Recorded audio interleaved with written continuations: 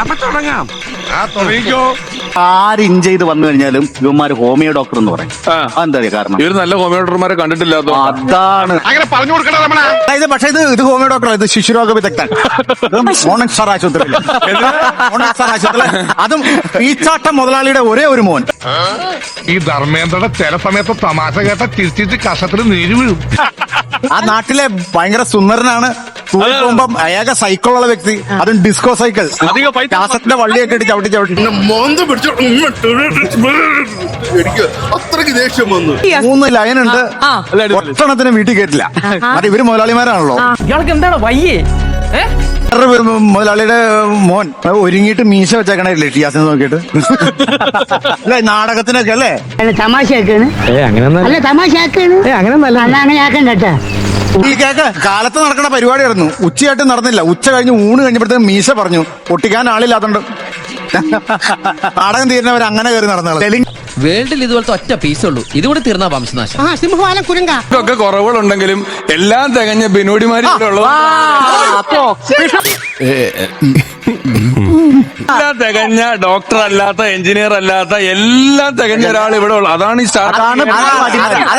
നീ എത്ര അഡ്ജസ്റ്റ് ചെയ്താലും ശരിയാവില്ല. നിന്റെ മുഖത്ത് ഇപ്പോഴും ഉണ്ട് ഒരു ചമ്മല്. നമുക്കെല്ലാം എങ്ങനെ നോക്കിയാലും ചില കുറവുകളുണ്ടാവും. പക്ഷെ എല്ലാം തികഞ്ഞത് സ്വന്തമായിട്ട് യൂട്യൂബ് ചാനല്.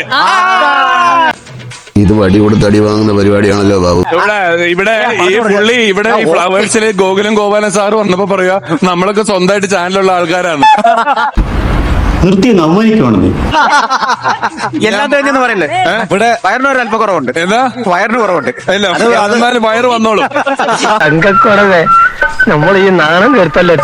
യൂട്യൂബ് ചാനൽ തുടങ്ങിയിട്ട് ഫ്രഷ് ഐറ്റവും ചെയ്തു.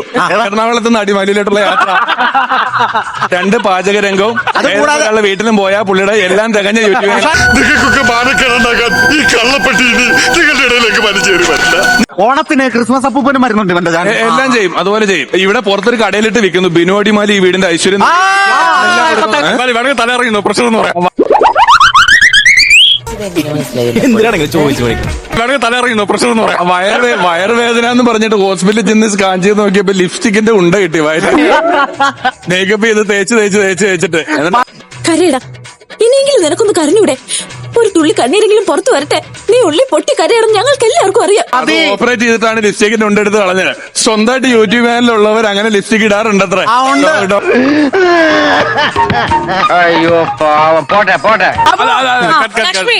അടിമാലിക്ക് കുറച്ച് എനിക്കെല്ലാമായി തൃപ്തിയായി.